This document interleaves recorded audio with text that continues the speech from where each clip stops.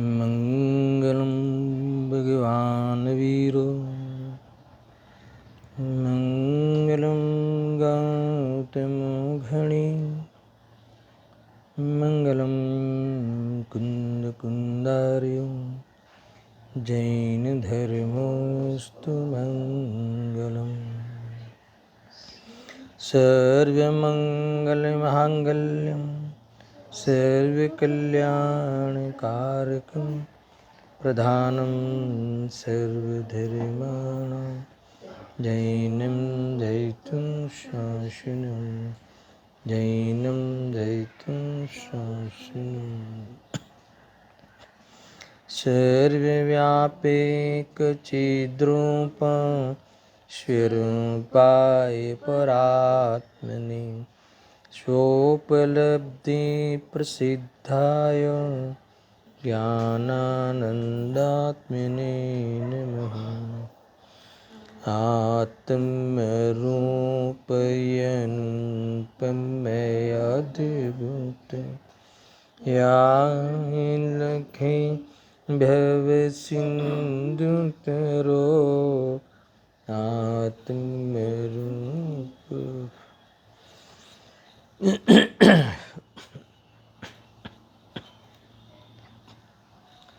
प्रवचन सार सुपरिणाम अधिकार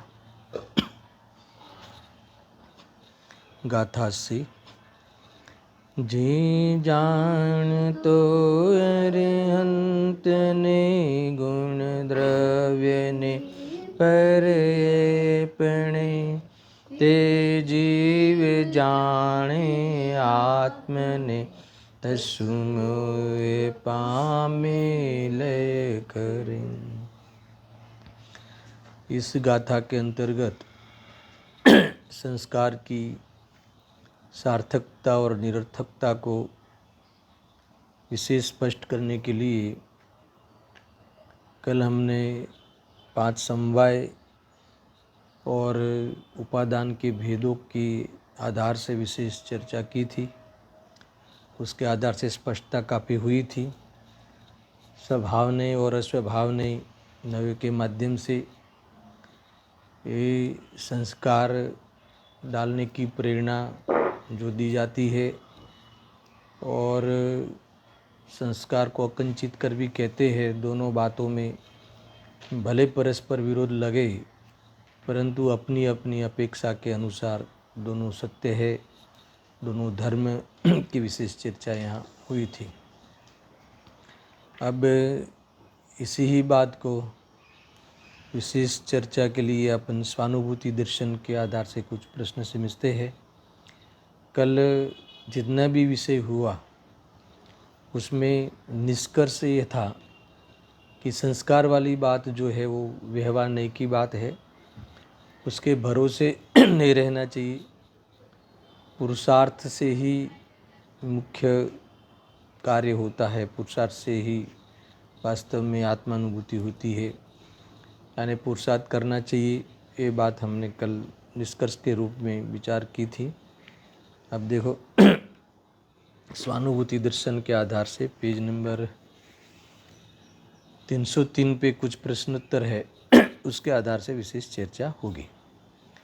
इसमें ये बात को विशेष रूप से कहा है और उस प्रश्नों का, उस जिज्ञासाओं का उत्तर इसमें आया है। कौन सी?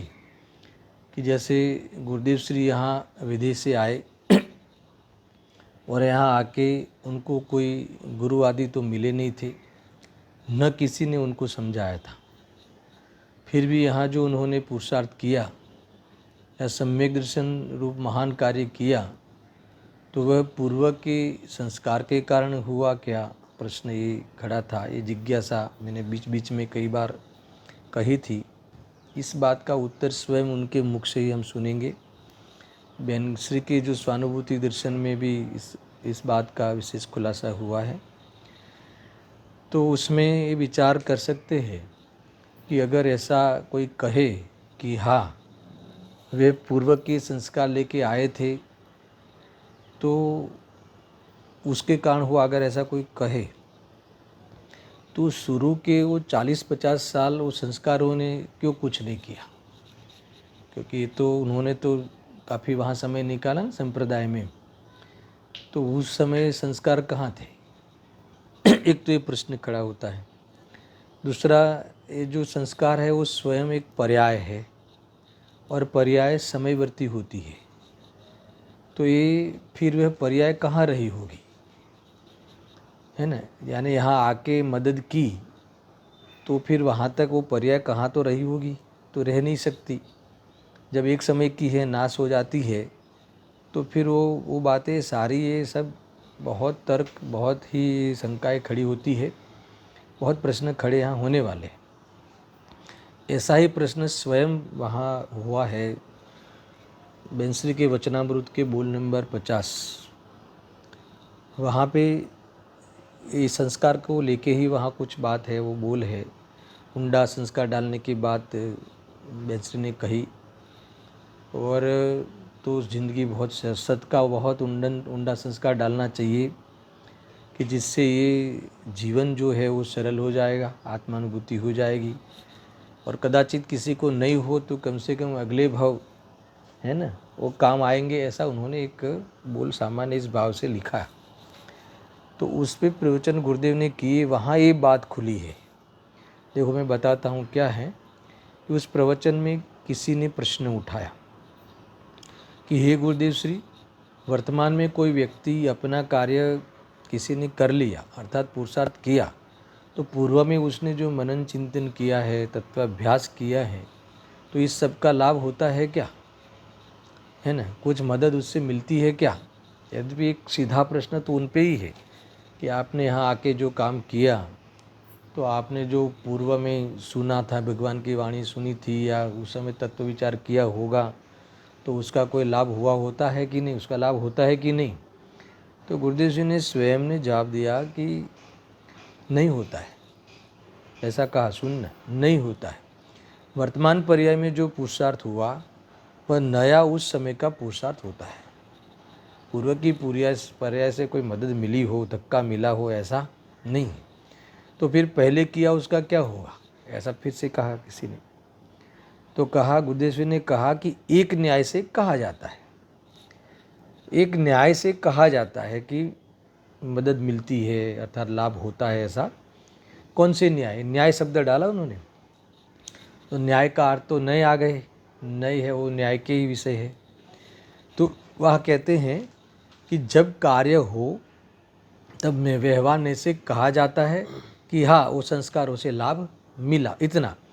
परंतु फिर तुरंत बोलते हैं, परंतु पुरुषार्थ तो नया ही करना पड़ेगा। यानी पूर्व के कोई संस्कार के कारण कुछ होता है, ऐसा बिल्कुल नहीं है, ऐसी बात यहाँ कही है।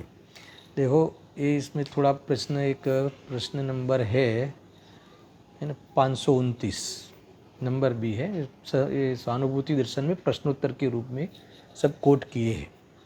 तो ये 529 नंबर के प्रश्न में ये बात को खुलासा थोड़ा होता है कि अगर पूर्व की पर्याय के संस्कार अगर काम आते, तो हमारे आचार्य कुंदकुन देव है, आचार्य अमरचंद्र देव है, आचार्य जयसेन देव है, उमास्वामी देव है, ऐसे बहुत समर्थ आचार्य भारतवर्ष में इस पंचम काल में हो गए। भावलिंगी संत थे, बराबर है। मिथ्यात्व और तीन चौकड़ी के कषाय के अभावपूर्वक की व्यक्त वितरागता से प्रचुर आनंद ले रहे थे, छठे सातवें में झूलते थे। वो सब आज कहाँ है, स्वर्गों में है। तो स्वर्गों में असंयम से है मेरा जो सुनना, स्वर्गों में तो असंयम में है अभी वही जीव सारे, तो यहाँ के संयम में जो रहे तो उस वो संस्कार का क्या हुआ। वहाँ तो पूरा इतने बड़ी बड़ी लंबी लंबी आयु में असंयम से जीवन निकालना है, और वो पूरा भव पर्यंत संयम नहीं लेने वाले, वो भी पक्का है वहाँ। तो अभी के जो संस्कार यहाँ डले थे इस भव की, या पूर्व भव में तो यही थी, तो संस्कार ने फिर क्या किया, कुछ नहीं काम आए। समझ में आया ना? तो ये सारी बातें हैं भाई, ये फिर से पुनः इनको ये सारा पुरुषार्थ करना होगा। जब मनुष्य, कोई कहे कि चलो मनुष्य भव में आएंगे तब तो काम आएगा ना, तो क्या नहीं, ये पुनः चालू करना होगा। पुनः उस पर्याय में पुरुषार्थ होगा, दीक्षा लेंगे, उस शुद्धोपयोग रूप पुरुषार्थ करेंगे और आगे बढ़ेंगे।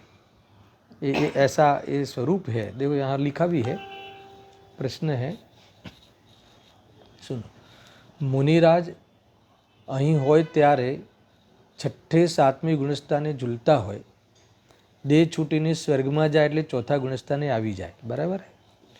તો તેમની પરિણતિમાં ફેર પડતો હશે?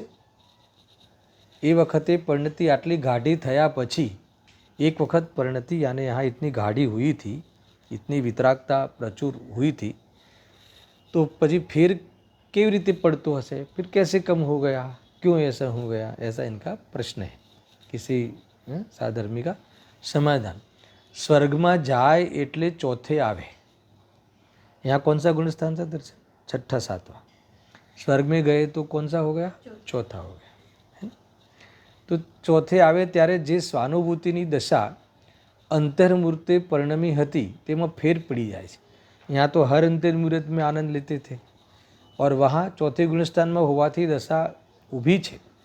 વિતરાગતા તો હે આંશિક, પણ સ્વાનુભૂતિની પરિણતિ જે ક્ષણે ક્ષણે થતી હતી તેમાં ફેર પડી જાય છે, ચારિત્રની લીનતામાં ફેર પડી જાય છે। यानी यहाँ के जो संस्कार थे, है ना, यहाँ तो वितराग रूपी संस्कार डाले थे, परमार्थ संस्कार, वो भी डाउन हो गए। वो भी जब पूर्व में नहीं काम आते, कोई मदद नहीं करते, वहाँ संयम ले ही नहीं पाता तो कहाँ मदद करेंगे? ये बात ख्याल में आएगी नहीं? अच्छा, ये जरूर है कि सम्यक दर्शन में फेर पड़तो नहीं। सम्यक दर्शन वहाँ लेके है, सम्यक दर्शन तो है, वो द्रव्य दृष्टि जे जोरदार है तेमां फेर पड़तो नहीं, पण परिणति वारंवार स्वरूप तरफ जती हती ते अंदर नहीं जता बहार रोकावा मांडी, एटले पूर्व मुनिपनामां गाढ़ी परिणति थवा छतां पण फेर पड़ी जाए छे। यानी पूर्व में इतनी गाढ़ी परिणति थी तो भी क्या हुआ, है ना? देखो ये फिर जब भी होगा, ज़्यादा वितरागता होगी तो पुरुषार्थ ज़्यादा ही होगा, उस समय करेंगे तब होगा, नहीं तो नहीं होगा, ऐसा कहना है। देखो ये मूल है ना कि अनादि के जो संस्कार हम बोलते हैं बार बार, अनादि के संस्कार है, तो ये संस्कार है ना वो परिणमन रूप से होते हैं। जैसे मिथ्यात्व, मिथ्यात्व का संस्कार अनादि से है, तो संतति रूप से चला आता है। तो ये मतलब फिर भी हर परिणति में नया नया वो संस्कार दृढ़ करता है, जो भी करता हो, है ना। इसीलिए कभी ऐसा कह दे कि अनादि से है, अनादि से है तो है ना, मगर अनादि से है इसीलिए जाएंगे ही नहीं, है ना। हर पूर्वा में तो मिथ्यात्व ही होता है, जब भी सम्यक्त्व लेगा तो पूर्वा में मिथ्यात्व ही होता है, तो वो मिथ्यात्व के संस्कार ने सम्यक्त्व को रोक नहीं सकता। तो ये समझ में आया ना, ऐसा ही। और ये जो सम्यक्त्व का संस्कार जो है, वो सम्यक्त्व के संस्कार तो लेके जाते हैं, क्योंकि सम्यक दर्शन आगे चला जाता है, मेरे वितराग वाले संस्कार तो जाते भी नहीं। समझ मेरे मैं जो कह रहा हूँ। तो ये तुमने अभी यहाँ जो सम्यक दर्शन भी नहीं किया और शुभ भाव किया और तुमने सिर्फ विचार किया और तत्व चिंतन मंथन किया, तो ऐसा मत समझना कि मुझे कोई आगे के भव में काम आएगा। ठीक है, पुण्य बंद हुआ है, देवशास्त्र गुरु मिलेंगे, ऐसा हो सकता है ना, इस प्रकार की विशुद्धि हो तो, मगर उस समय तुम पुरुषार्थ करोगे तो तुम नया ही करोगे, समझना। यहाँ ज्ञान की बात नहीं है, सुनना बराबर से, ज्ञान अलग चीज़ हो गई। यहाँ जो संस्कार वाली बात है ना, वो जो ये शुभ अशुभ रूप शुभ भाव का और ये शुभ की बात है, मूल संस्कार तो ये इसकी बात है। तत्व निर्णय का, तत्व विचार करके जो हमने अपने परिणामों को विशुद्धि लेके गए थे, वो तो रहे नहीं रहे, बदघट होती है, चली भी जावे। देखो ज्ञान अलग बात है, ज्ञान तो तीनों काल का एक साथ में हो सकता है, ज्ञान की रमत अलग है। जैसे मान लो कि कोई व्यक्ति नरक में चला गया, बहुत फटके पड़े, है ना, वहाँ तो फटके पड़ते ही हैं, और वहाँ अवधि ज्ञान भी है। और कभी उसे ऐसा विकल्प आवे कि मेरे साथ ऐसा क्यों हो रहा है, मैंने ऐसा क्या किया था, ऐसी बहुत अंदर में तीव्र अंदर में बात उठे, अंदर में भावना, तो वो अवधि ज्ञान तो है ही उसे। तो अवधि ज्ञान में पूर्व में जो किए थे, है ना, कि यहाँ आया था, यहाँ सब तत्व मैंने सुना था, मगर तत्व सुनने पर भी मैंने विरोध किया था, वो सब याद आ जाता है ज्ञान में। ये कोई संस्कार वाली बात नहीं है। कभी किसी को जाति स्मरण हो जाता है, पूर्व का याद आ जाता है, तो यहाँ वो ज्ञान जुड़े, वर्तमान ज्ञान में वो ज्ञान ख्याल में आ जावे, और फिर काम कर लेवे तो फिर भी नया पुरुषार्थ होगा। प्रत्यभिज्ञान इसी भाव में, मान लो कि तुम अभी पढ़ रहे हो, तुम्हारे धारणा ज्ञान में बैठा है, फिर वापस पुनः तुम अपने काम में लग गए, 20-25 साल कोई देशांतर चले गए, ये चले गए, है ना, उपयोग वापस व्यापार आदि में शुभ अशुभ भाव में चला गया। कोई ऐसा उदय आया है ना खराब, तो उस समय तुम बहुत विचार करते हो और तुम्हें ये तत्व कहीं सुना थोड़ा सा, अरे समय सार दिख भी गया, तो पूर्व में जो धारणा में बैठा है ना वो प्रत्यभिज्ञान जुड़ता है। हाँ, ऐसी कोई बात पंडित जी कह रहे थे, ऐसे हमें समझा रहे थे, है ना, तो ऐसा करके जुड़ के फिर वापस तुम नया पुरुषार्थ करके काम कर सकते हो। ये ज्ञान की बात अलग है, मगर कोई तुमने बहुत सीख लिया तो आगे काम आएगा ऐसा नहीं है। जब भी करोगे तब नया पुरुषार्थ होगा। गुरुदेव ने एक तो बात ये कही है, यहाँ ये कहते हैं कि मुनिराज की ये बात बता के कही कि चलो वो जब गए थे वहाँ आचार्य अमरचंद्र देव आदि, तो इनको तो वो उस चौथी भूमिका आ गई, तो संयम से यहाँ रहते थे तो वो संस्कार नहीं रहते, वो चले जाते हैं, कुछ काम नहीं आते चले जाते हो तो है ही, क्योंकि पर्याय है तो एक समय बढ़ती होती है ना। पूर्व में वो पर्याय जो नई हुई वो कभी नहीं थी और आगे रहने वाली नहीं, ये एक समय वर्ती पर्याय का नियम है, उसका जीवन काल है, यही उसका जीवन होता है। ये सारी चर्चा अपन ने पहले कर चुके हैं। और कई बातें होती है कि कई लोग ऐसे कहते हैं ना कि जैसे कोई जैसे बालक आए कहीं से, बराबर है, अरे कभी कभी ट्विन्स आए, है ना, अभी आज आए ना ट्विन्स, ऐसे 2 बच्चे आए मान लो साथ में, तो भले एक माता के कोख से एक समय में ही आवे, एक समय में, फिर भी एक जीव ऐसा, एक बालक थोड़ा 6-8 महीना हो जावे ना, खिलौना दे दो, छोटे छोटे खिलौने आते ना, ये हाथी दे दो, घोड़े दे दो, छोटे छोटे खिलौने, तो उसके साथ क्रूर व्यवहार करेगा, सुनना, क्रूर व्यवहार करेगा, तोड़ेगा, फोड़ेगा, भिड़ाएगा ऐसा। और एक बालक उसे संभालेगा, पढ़े तो संभालेगा, खड़ा करेगा ऐसा। अभी कोई सिखाया नहीं इसे, 6-8 महीने में किसी ने सिखाया भी नहीं, तो हम कहते हैं ना ये पूर्व के संस्कार है, पूर्व के संस्कार है, ऐसा भी तो कहते हैं। समझ में आया कि नहीं?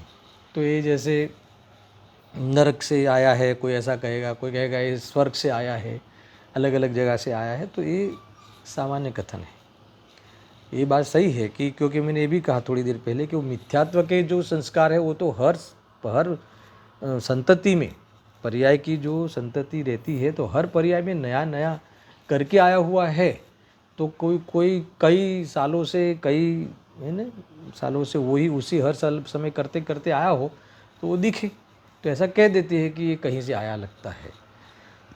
बात यह है कि कहीं से भी आया हो, अभी वर्तमान पर्याय में वो पुरुषार्थ करे तो दोनों भगवान बन सकते हैं।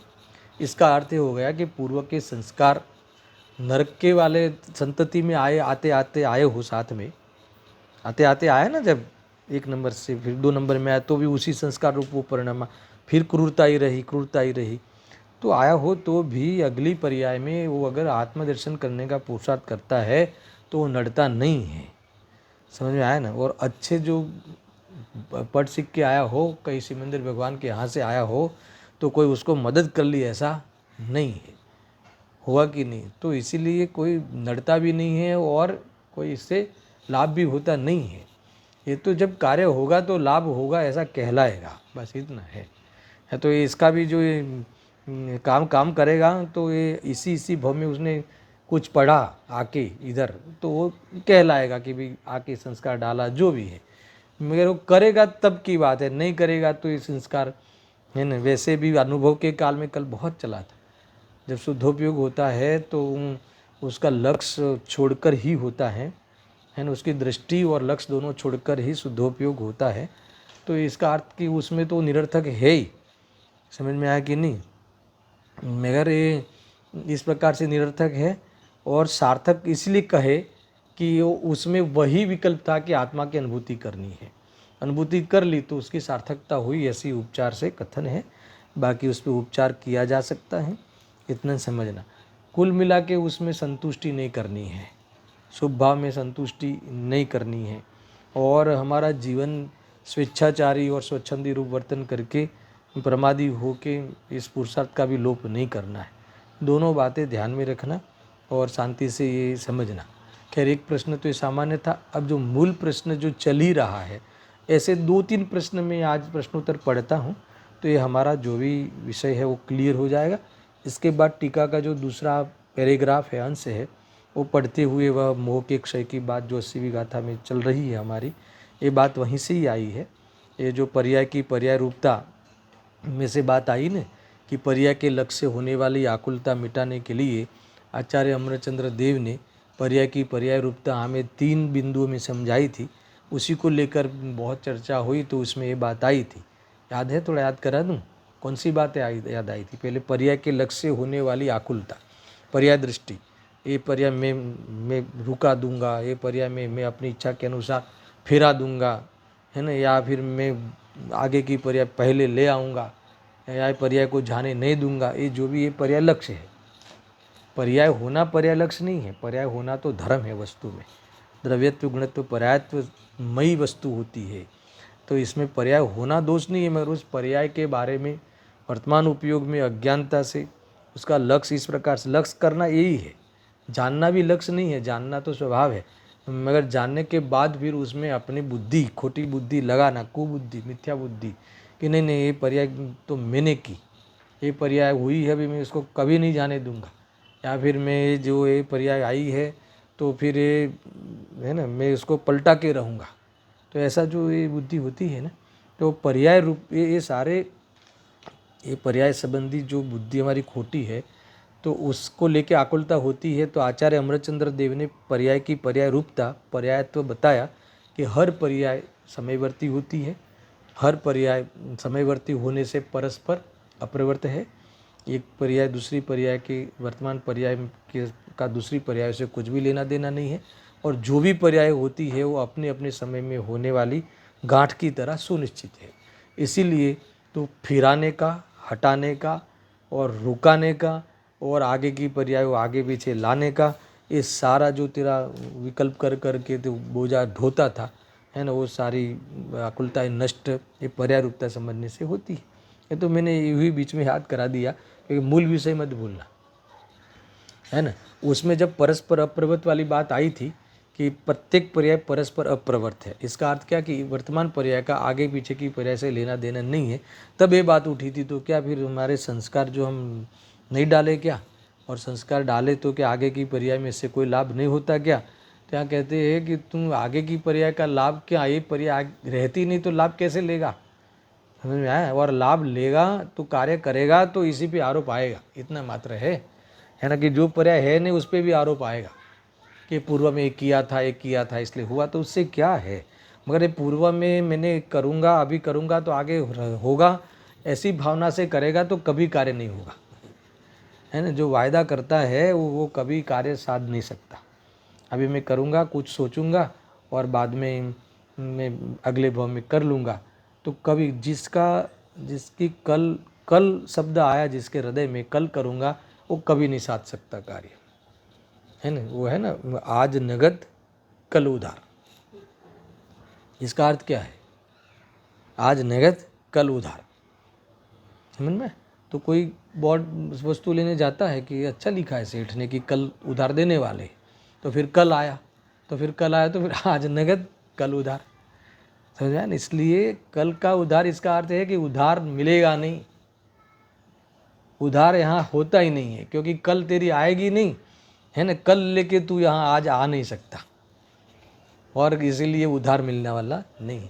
इसलिए जो कल के लिए सोचेगा, है ना, इसके लिए एक लिखी गई है परस्पर अप्रवृत्ता, है ना, कि वर्तमान पर्याय में जो संस्कार होते जरूर है, मगर वो संस्कार जैसा कार्य देता है, कारण देता है, वैसा लाभ होता है। शुभ भाव है तो पुण्य बंध होता है, मरण तो ये मुक्ति को प्राप्त नहीं हो सकता।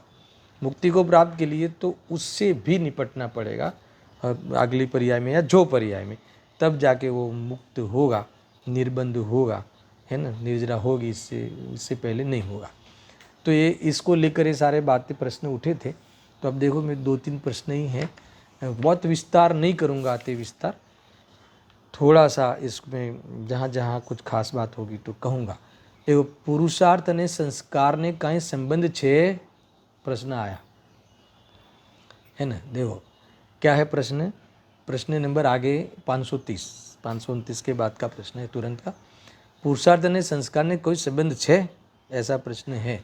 इसका ये इनका प्रश्न ये है कि वर्तमान पर्याय में जो पुरुषार्थ करे, तो पूर्व में जो हमने संस्कार अथवा जो हमने तत्व विचार किया था उससे कुछ मदद मिलती है, इसका सीधा प्रश्न ये है। या अभी हम जब तत्व विचार करेंगे और फिर काम तो बहुत है हमारे व्यापार आदि का, वो करेंगे और थोड़ा तत्व विचार तत्व अभ्यास कर लेंगे 1 आध घंटा, है ना, तो आगे के भाव में हमारे लिए ये कोई मददगार होगा कि नहीं होगा। यानी ये जो संस्कार इसे कहते हैं, संस्कार समझ में आया ना? संस्कार का अर्थ है व्यवहारने की विषय वस्तु। व्यवहारने की विषय वस्तु यानी तत्व विचार करना, नव तत्व की परिभाषा सीखना, फिर उसके ऊपर विचार करना, तत्व निर्णय करना, अभ्यास रूप विज्ञान, ये सब संस्कार में जाएगा। तो क्या तुम करोगे तब ये अभ्यास रूप विज्ञान कहलाएगा कि तुमने ये प्रयास किया करके। पेट का पुरुषार्थ तो वो प्रकट पुरुषार्थ नहीं है, पुरुषार्थ के पहले होने वाली प्रक्रिया है। समझ में आया ना? मेरे पुरुषार्थ नहीं है। पुरुषार्थ तो तत्समय की योग्यता में तुम जब ऐसा यही मैं हूँ मानोगे तब माना कहलाएगा, और तुम ऐसा मानोगे तो उसका फल निराकुलता आएगा। बस इतना सा है। ये समझ में आया कि नहीं? अभी इसलिए मैं पढ़ता हूँ, देखो बेंसरी क्या जवाब देते हैं, इतना अच्छा जवाब देते हैं। पुरुषार्थ ने संस्कार ने कहीं संबंध छे, तो क्या लिखा होगा दर्शन? ऐसा लिखते हैं कि व्यवहारे संबंध कहवाए। इसका क्या अर्थ? व्यवहारे संबंध कहवाए, इसका अर्थ कि कोई संबंध नहीं है। देखो, પૂર્વના સંસ્કાર લઈને આવ્યો છે તેથી પુરુષાર્થ જલ્દી ઉપડે છે તેમ વ્યવહારથી કહેવાય, બાકી તો વર્તમાન પુરુષાર્થ કરે તો થાય। आया ख्याल में? यही है, वर्तमान में तू करे तो कोई सिमंदर भगवान के यहाँ से आया तो तुम्हें कोई स्पेशल क्रेडिट मिल जाएगी, ऐसा नहीं है। अरे सिमंदर भगवान की बात तो छोड़ो, यहाँ तुम स्वयं आदिनाथ भगवान के यहाँ जन्मे हो, है ना, भरत जी के घर में जन्मे हो, इसीलिए तुम्हें कोई लाभ मिल जाएगा। और उनके समझ में ऐसा नहीं है, उनके सिंहासन में बैठे हो तो तुम विरोध करके भी तो निकल गए, है ना। भगवान महावीर का जीव मारीच की परिस्थिति में भरत जी के पुत्र के रूप में क्या हुआ, ऐसा कोई भी लाग वग सिफारिश नहीं चलती इस मार्ग में, समझ में ना, कुछ नहीं होता। अरे अपने ही पूर्व में तुम, और पूर्वक क्या, तुम कहीं भी अपेक्षा रख के अपनी पूर्वक की अपेक्षा रखोगे तो तुम कार्य नहीं कर पाओगे। अरे अपने ही द्रव्य गुण की विकल्पात्मक अपेक्षा रखोगे, है ना, जब तक विकल्प रहेगा तब तक तो अनुभूति नहीं होगी। समझ में आया? इतना जबरदस्त, यानी निरपेक्षता का मार्ग है। जब समझ में आ गया कि कुछ कहीं जरूरत नहीं है तो आराम करो, यानी विकल्प का क्या काम, निर्विकल्प रहो, निर्विकल्प हो ही जाता है जी। ये कह रहे कितनी अद्भुत बात, देखो, બેલેન્સ્ડ વ્યવહારે સંબંધ કહેવાય છે।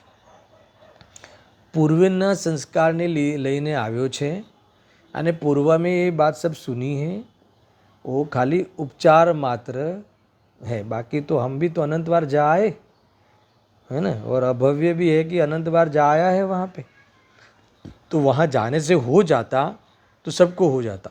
सुनकर आया हो, सुना हो पूर्व में, कुछ नहीं, है ना। देखो तेथी सुन, उससे क्या होगा? आत्मा का अनुभव आत्मा से ही होता है। वर्तमान में जब करो तब उसी पर्याय में लाभ उस पर्याय का होता है, बाकी नहीं होता। વ્યવહારે સંબંધ કહેવાય, પૂર્વના સંસ્કાર લઈને આવ્યો છે તેથી પુરુષાર્થ જલ્દી ઉપડે છે એમ વ્યવહારથી કહેવાય, है ना, बाकी तो वर्तमान पुरुषार्थ करे तो थाय। देखो ऐसा है ना कि इसी भव में देख लो, भरत जी का देख लो, 60,000 साल युद्ध में जाते हैं, है ना। 60,000 साल युद्ध किसको कहते हैं? और वो भी देखो ऐसा है ना कि वो भी सर्वात सिद्धि से आए थे, और वो भी पहले पूर्व में सर्वात सिद्धि से पहले आदिनाथ भगवान की तरह भावलिंगी संत रहे थे मुनि अवस्था में, और फिर वो सर्वात सिद्धि के देव हुए, फिर वहाँ से मनुष्य हुए, भरत क्षेत्र में भरत बने, सुनना। और फिर इतने पूर्व के अच्छे संस्कार होने पर भी यहाँ युद्ध किए 6 खंड जीतने की, है ना, भाई पे भाई ने चढ़ाई की, क्या नहीं किया। तो ये कहते हैं कि और बाद में अंतर्व्रत में काम कर लिया, है ना। सम्यक दर्शन तो था, मगर दीक्षा ली, समझ में आया, दिनेश्वरी दीक्षा ली, छठे सातवें में जो भी यथा योग्य आए होंगे विकल्प में, फिर श्रेणी चढ़ी, अर्हंत दशा आई, अर्हंत तक रुके नहीं, सिद्ध अवस्था को प्राप्त करके अंतर मुहूर्त में दर्शन समाप्त कर दिया संसार को। अब कैसे समझोगे इसको? कौन सा संस्कार कहाँ बीच में आया, कहाँ गए? और पूर्व में तो लड़ के आते थे, समझ में आया कि नहीं? तो जब जब पुरुषार्थ उपड़ा तो उठा तो उठा।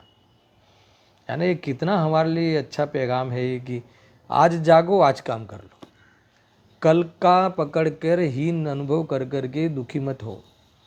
बस ऐसा है, कोई इसमें कोई भी समर्थन नहीं है, पूर्व में किए गए पापों का समर्थन नहीं है, करेगा तो चलेगा ऐसा नहीं है। तुम अभी करोगे तो आगे कोई प्रॉब्लम नहीं है तो तुम करो, ये समर्थन के लिए नहीं कह रहे।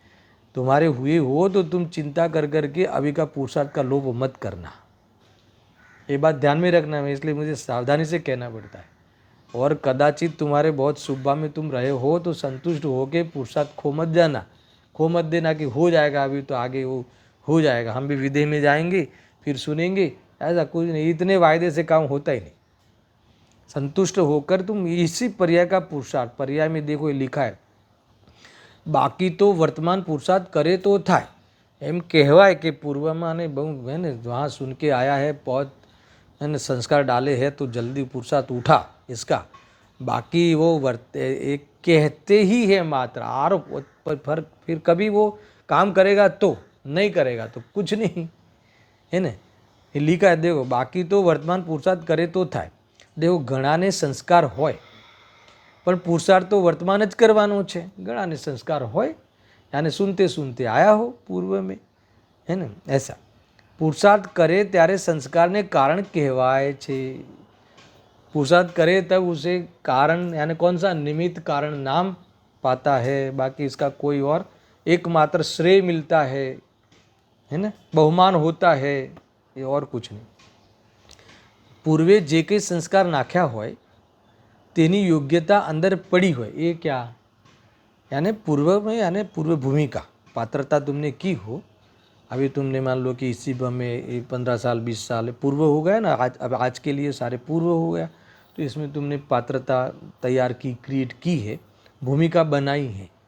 मेरे यहाँ कहते हैं कि वो योग्यता भले तुमने खड़ी की, પછી પોતે વર્તમાન પુરુષાર્થ કરે તો સંસ્કાર તેને કારણ થાય यानी कारण कहवाय। मगर तुम काम करो नहीं, तुम यही में हूँ ये सब समझ के फिर जब मैं परिपूर्ण ही हूँ ऐसा तुम अनुभव ही नहीं करो, ऐसा अनुभव करना ही वास्तव में पुरुषार्थ है।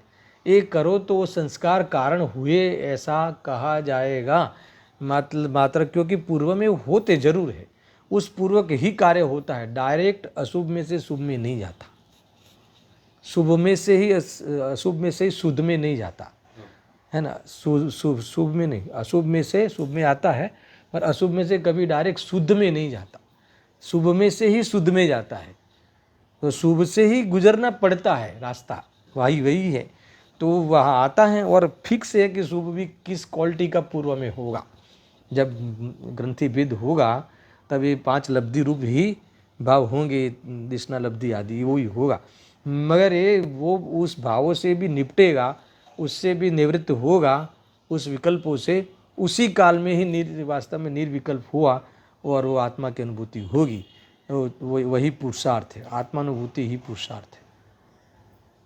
ख्याल में है ना, ऐसी बातें हैं भाई। देखो पुरुषार्थ न करे तो संस्कार कारण थता नहीं, चोख्खा लिखा ना, પછી પોતે વર્તમાન પુરુષાર્થ કરે તો સંસ્કાર તેને કારણ થાય, पुरुषार्थ न करे तो संस्कार कारण थता नहीं। तो संस्कार कहाँ गए?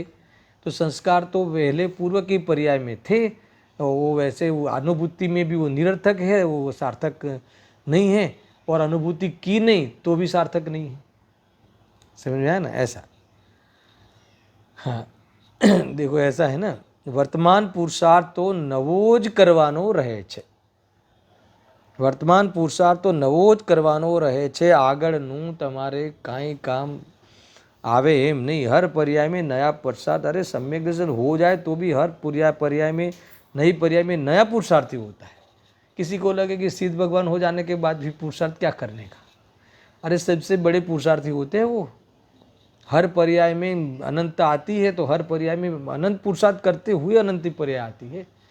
हमें तो पुरुषार्थ क्या लगता है दर्शन, कि ये पढ़ना, ये रटना, ये विचार करना, ये तो पुरुषार्थ है ही नहीं। ये तो स्वभाव रूप संस्कार है, सदाचार है, कि जो स्वरूप में नहीं जाया जाता तब इस सदाचार से जीवन जीव बिताता है ना। जो तत्काल काम करता है इनके तो इस संस्कार में भी नहीं आना पड़ता है ना। तात्कालिक काम में तो कमजोरी होती है तब ये संस्कारों में दिखता है वो, बाकी तो कोई दम नहीं है। देखो अनादि से तो उल्टे ही संस्कार है ना सबको, अज्ञानी को तो वो उल्टा संस्कार है। तो फिर ये संस्कार कहाँ नड़ा, जिसने सम्यक दर्शन कर लिया यहाँ आके गुरुदेव से ने, वो तो उस विदेह में तो उल्टे संस्कार डाल के आए थे, इसीलिए तो श्वेतंबर में जन्म हुआ ऐसा कहते हैं ना, कि वहाँ कुछ उल्टा सोचा था तत्व के बारे में, जो भी बारे में, तो इनका ये संप्रदाय में जन्म हो गया। कपड़े सहित मुनिपना मानने की क्या सज़ा होती है, समझ में आया कि नहीं, ऐसा है। मगर क्या कर लिया उस संस्कार ने, नया वर्तमान में आके अपना पुरुषार्थ करके गुरुदेव सिंह ने अनंत संसार का खात्मा बुला दिया इसी भाव में अपने जीवन में। तुम सोचो, समझ में आ रहा है मैं जो कह रहा हूँ, समझ में आया कि नहीं, ऐसी बातें हैं भाई।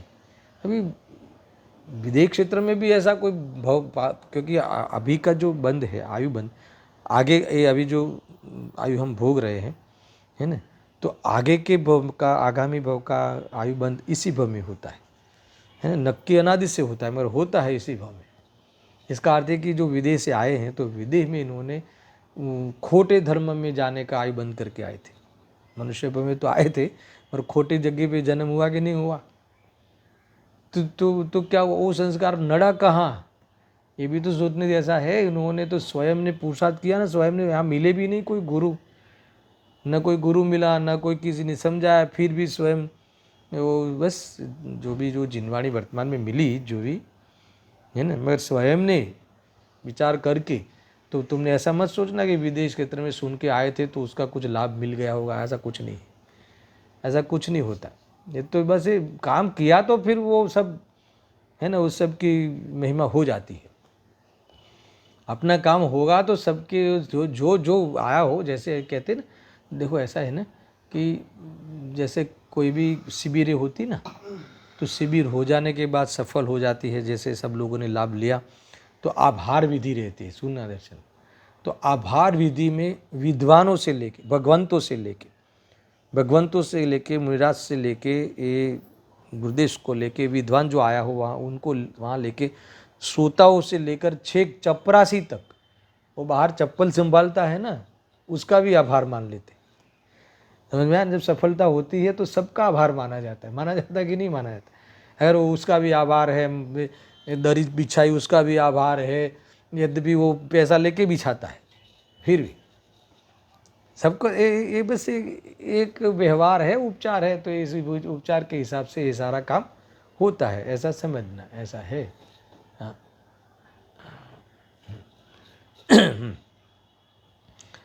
एक तो ये प्रश्न हुआ। अब सुनो, कई बातें हैं भाई, इसी प्रश्न को लेकर आगे बात चलती है। जो पुरुषार्थी प्राप्त थतु होए तो संस्कार पाड़वाथी लाभ सो, ऐसा लिखा ना। इसके बाद और प्रश्न एक रखते हैं कि जो पुरुषार्थी प्राप्त, जब आपने तो ये कह दिया कि संस्कार कोई काम में आते ही नहीं, देखो ये प्रश्न हुआ ना, ये प्रश्न क्यों किया शिष्य ने, क्योंकि आगे के प्रश्न में यही उत्तर आया होगा कि पुरुषार्थ से ही होता है, संस्कार कुछ काम पे आता नहीं। इसीलिए श्रोता को ये प्रश्न हुआ कि बेनसरी, जब आप कह रहे हो कि पुरुषार्थी प्राप्त થાય છે तो वही संस्कार पाड़वाથી શું लाभ છે, फिर ये सब सुनना पढ़ना करना ये सब। देखो अभी ये निमित्त प्रधान जवाब हो आएगा, सुनना शांति से। संस्कार તેને પુરુષાર્થ ઉપાડવાનું કારણ બને છે, એ લાભ છે, નિમિત્ત તરીકે है। संस्कार ने कारण क्यारे कहवाय, फिर तुरंत, पहले तो निमित्त प्रधान, संस्कार તેને पुरुषार्थ उपाड़વાનું, पुरुषार्थ उठाने का, पुरुषार्थ में है ना, पुरुषार्थ उपाड़न मानो एम क्या ना, उठाने का कारण बनता है, उसमें वो लाभ तो है निमित्त तरीके, तुरंत का तुरंत।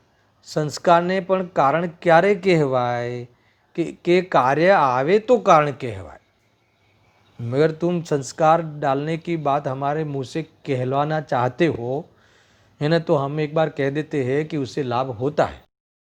मगर लाभ होता है उसका अर्थ क्या कि जो स्वयं कार्य करे तो लाभ हुआ ऐसा कहलाएगा, नहीं तो ये भी कोई लाभ हुआ ऐसा नहीं कहलाएगा। ऊपर से उसी में लाभ मान लिया, है ना, उसी से लाभ मान लिया, उसी को उपादान कारण मान लिया, तो तुम मिथ्यात्व का लाभ लिया, तुमने संसार बढ़ाया। समझ में आया ना। अगर वो निमित्त कारण को उपादान कारण मान के तुम उसी में उसके शरण में रहे तो पुण्य की रुचि तक आ जाएगी बात। वो तो पुण्य भाव है, और पूर्व में ये सारे पुण्य के प्रसंग उस वातावरण में काम हो सकता है। वो मार्गदर्शन में हम अपनी सोच को बना सकते हैं, ऐसा एक अस्वभाव नहीं है, तो उसकी ओर से ये बात कही भी जाती है। मगर कार्य तो तब कि तुम स्वयं अपना ये अनुभव करो तो ही होगा। देखो यहाँ लिखा है, यथार्थ रीते कारण जो अंदर होय, अंदर यानी क्या, अंदर कहाँ होता है, श्रद्धा में હોય તો કાર્ય આવે। પુરુષાર્થ स्वतंत्र છે અને संस्कार પણ स्वतंत्र છે। बात खत्म। यहाँ तो बात पूरी हो गई। क्या कहा, संस्कार स्वतंत्र છે और पुरुषार्थ स्वतंत्र है, दोनों स्वतंत्र है, एक दूसरे में कोई कारण कार्य संबंध नहीं है। उपचार से कहने में आता है, मगर जब कार्य हो तब संस्कार की तरफ चलता है। जब ज्ञानियों को कमजोरी होती है तब उस संस्कार वाले सदाचार में रहते हैं। अर्थात किसी को आत्मानुभूति करनी हो तो पहले ऐसी पात्रता में दिखता है, मगर आत्मानुभूति कर ले तब ये संस्कार के गीत गाए जाते हैं बाद में। ये बाकी कोई गीत नहीं गाया जाता। जब कन्या 7 फेरे पूरे हो जाते हैं और कन्या लेके सुखी सुखी घर लेके आता है, तब वो गाड़ी वाले को, उस बारात में आई हो कार वाले को भी श्रेय देते हैं कि बस बढ़िया गाड़ी चलाई तो हमारा मैरिज सफल हुआ। यहाँ तक वो हुआ कि नहीं, बहुत टाइम पे पहुँचे, मुहूर्त में पहुँचे कि नहीं पहुँचे, नहीं तो मुहूर्त में नहीं पहुँचते। मगर कार्य जब हुआ तब ये सारी चीज़ों को गीत गाए जाते हैं, है ना। बाकी कोई गीत नहीं गाते, वो कुछ नहीं, वो बाकी तो है ना, ऐसा ही है। बिना वरराजा के तो भीड़ जैसा है ये, ऐसा है। कहाँ तक आए थे, पुरुषार्थ स्वतंत्र છે અને સંસ્કાર પણ સ્વતંત્ર છે। પુરુષાર્થ કરે તો સંસ્કારને કારણ કહેવાય છે, માટે संस्कार नाक तेम कहवाय। उपदेश की भाषा है, कितना स्पष्ट कहते। देखो ज्ञानियों की परिभाषा, ज्ञानियों की जो निरूपण, भाई संस्कार डाल, और हम अपने कहने से कोई संस्कार डाला जा सकता है क्या? अरे बहुत सहज है ये सारी बातें, शांति से सुनना। ते संस्कार का पुरुषार्थ उपाड़ी देतु नहीं। देखो वापस पूर्व में लिखते हैं, इसी पैराग्राफ की पहली पंक्ति में लिखते हैं कि संस्कार तेने पुरुषार्थ उपाड़वानुं कारण बने छे, ये लाभ है। और यहाँ क्या लिखते हैं, ते संस्कार का पुरुषार्थ उपाड़ी देतु नहीं, पोते पुरुषार्थ करे तो तेने कारण कहवाय छे कि लाभ हुआ। क्लियर। इसमें कहीं तो इन्होंने कोई ऐसी बात, वही कहते हैं कि पहले हाँ लाभ आपे छे कहवाय, फिर ये कहते कोई लाभ दिलाता विलाता कुछ नहीं, तुम खुद लाभ लो, तुम खुद अपना लाभ लो, तुम खुद अपना अनुभव करो, तब ये सारे परिणामों को अपने हेतु रूप से, कारण रूप से, निमित्त कारण रूप से श्रेय कहेंगे। मंदिर गया सार्थक कहलाएगा। तुमने आत्मदर्शन नहीं किया, निज दर्शन नहीं किया, तो मंदिर जाना सार्थक नहीं कहलाएगा। आया ख्याल में? इतना ही है ऐसा। देखो और भी एक प्रश्न ले लेते हैं, इसके बाद और 1-2 प्रश्न हैं, 15-20 मिनट का काम है। आज एक प्रश्न और हो जाएगा, इसके बाद में कल और 2-3 प्रश्न और अंतिम पैराग्राफ 80वीं गाथा का। सुनो फिर से, एम कहेवामां आवे छे कि जो ઊંડા संस्कार नाख्या हशे तो आ भावमां कार्य न थाय तो बीजा भावमां कार्य थया वगर रहेशे नहीं।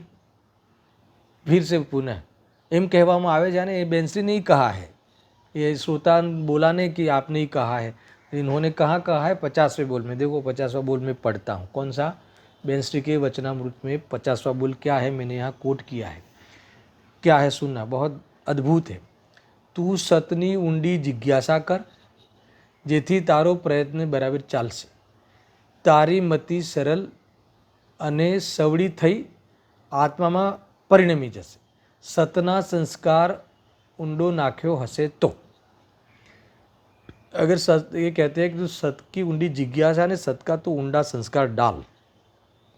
फिर यहाँ कहते हैं कि चलो तुमने आत्मा अनुभूति नहीं भी की तो छेवटे अगर आत्मा के उंडे संस्कार डाले हो, उंडे संस्कार अर्थ क्या है, ये तुमने रुचि की होगी, तुमने ये मतलब कि अभ्यास रूप वेद ज्ञान किया होगा, मोह गला होगा, है ना, तो तुम उसी सिलसिले में तुम्हें देव शास्त्र गुरु मिलेंगे और तुम्हारी यही संतति में आगे की पर्याय में अगर तुमने अनुभव कर लिया तो ये फिर संस्कार डला ऐसा कहलाएंगे। देखो लिखा है छेवटे बीजी गति में पण अगर तुमने संस्कार ऊंडा डाला होगा, भले अनुभव नहीं हुआ हो इस भाव में, तो छेवटे दूसरी गति में पण है ना सत प्रगट थसे माटे तू सतना ऊंडा संस्कार रेड। तो ये तो आपने कहा है पहले और अभी आप कह रहे हो कि संस्कार कोई काम नहीं आता। ये इसका प्रश्न है। क्या आपने कहा है कि ऊंडा संस्कार नाख्या हसे तो आ भावમાં कार्य कदाचित न थयूं, कौन सा सम्यक दर्शन का, तो बीजा भावમાં तो कार्य थया अगर रहसे नहीं। मेरे बहुत उपचार कथन है, ये वर्तमान में संस्कार डालने के लिए प्रेरणा से होता है और अगले भाव में जब होगा तब इस भाव का भी उपचार से कारण कहने में आएगा। समझ में आया कि नहीं। बहुत ही संतति रूप पूर्व के कार्यों को जब कारण कार्य होता है तब उस कार्य में कारण का उपचार करके कहने में आता है कि इसीलिए हुआ। समझ में आया कि नहीं, ऐसी बात है। सिर्फ मैं इतना पढ़ लेता हूँ, फिर मैं कल आगे प्रश्न पढ़ूंगा। समाधान यथार्थ कारण होय तो कार्य आवे ज छे। ठीक है, जो तारू कारण यथार्थ हसे तो भविष्य में ते तारो पुरुषार्थ उपाड़शे।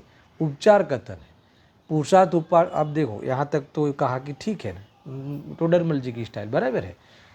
अभी अगर यथार्थ कारण देने का अर्थ क्या है कि तुमने चिंतन मनन करके निर्णय किया होगा और पोषण किया होगा तो तुम्हारा ये मोह गला होगा, ये बात सही है। मगर यहाँ कहते हैं कि तो भविष्य में यानी जब भी पुरुषार्थ तेरा उठा है ना, पुरुषार्थ का उपाड़ किया तूने, तो ये तेरा कारण कहलाएगा। मगर देखो ऐसा सुनना दर्शन, ये कहते हैं कि फिर भी पुरुषार्थ उपाડનારને એમ ભાવના રહેવી જોઈએ કે હું પુરુષાર્થ ઉપાડું, તેને એવી ભાવના ન રહેવી જોઈએ કે સંસ્કાર હશે તો તેની મેળે પુરુષાર્થ ઉપડશે। आ गया ना। फिर भी पुरुषार्थ उपाड़ने वाला, पुरुषार्थ करने वाला कभी एक बार भी नहीं ऐसा सोचता कि यार काम आगे आएगा या हमने आगे किया है तो अभी मेरा काम होगा ही ना, ऐसा नहीं। मैं अभी पुरुषार्थ उपाड़ूँ यानी अभी ये बात इतनी अच्छी लगी और मैं पोषण करूँ, यानी यही सत्य है, इसका पोषण करते रहना और इस प्रकार से शुद्धोपयोग समय के काल में पकड़ लेना, ये इनका कहना है। पुरुषार्थ उपाड़ने ते एवी ज भावना रहवी જોઈએ कि हूँ पुरुषार्थ उपाड़ूँ, यही बात है। नहीं अगले ऐसा नहीं, तुम इस भावना से मत करना कि कई वादों नहीं हमारा नहीं तो आगड़ काम आपसे, है ना। कई लोग तो ऐसा कहते हैं कि चलो आत्मदर्शन नहीं हुआ तो कुछ तो लाभ होगा ना, यानी पुण्य बन तो होगा ना, गया खत्म हो गया। ऐसी कई बातें हैं इसमें।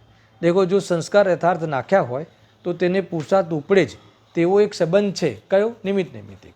छतां पोताने भावना तो एवी ज रहेवी जोईए कि हूँ प्रयत्न करूँ, हूँ आम करूँ, यानी मैं बस ये भेद ज्ञान करके मैं आत्मा का अनुभव करूँ, बस। ऐसा नहीं भाई आगे काम आएगा या पीछे काम आएगा, ऐसी हल्की फुल्की बात करके करने वाला आत्मा पुरुषार्थ नहीं कर सकता। पूर्वचर व्यवहार होता जरूर है, सहचर व्यवहार होता जरूर है आत्मदर्शन के साथ। और आत्मदर्शन करने वाला आत्मविचार करने पर भी आत्मविचार करने वाले विकल्पों की महिमा नहीं करता। और मैंने इतना विचार किया है तो मुझे आगे कुछ मदद मिल जाएगी, मेरे पे कुदरत है ना आशीर्वाद देगी, ऐसी कोई बातें यहाँ होती नहीं। इस प्रकार से ये इसका समाधान है। ये सब व्यवहार परंपरा मोक्ष का कारण है, निश्चय साक्षात मोक्ष का कारण है। व्यवहार परंपरा यानी ये व्यवहार वाली सारी बातें बीच में आती है, मगर मोक्ष जाएगा तब उस पर आरोप आएगा, बाकी आरोप भी नहीं आता, ऐसा समझना। अभी इसके बाद खाली मैं प्रश्न छेड़ देता हूँ, कल ये वाला चलेगा, है ना। प्रश्न नंबर है 533।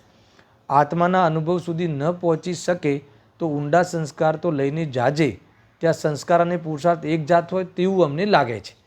कारण ज्ञानियों के यही कथन है ना ये कि आत्मा का अनुभव तक नहीं पहुँच पावे तो ऊंडा संस्कार लेके तो जाना, तब तो हमें ऐसा ही लगता है कि जैसे संस्कार और पुरुषार्थ दोनों की एक जात हो। आगे कहा ना संस्कार अलग है, पुरुषार्थ अलग है। संस्कार स्वभाव रूप आश्रव तत्व है, पुरुषार्थ संवर तत्व रूप वास्तव में जीव का धर्म है। ऐसा दोनों अलग अलग चीज़ें हैं। आश्रव तत्व संवर तत्व का कारण कभी नहीं हो सकता, क्योंकि दोनों की जाति जुदी है। मगर यहाँ कहते हैं कि हमें तो दोनों एक लगते हैं।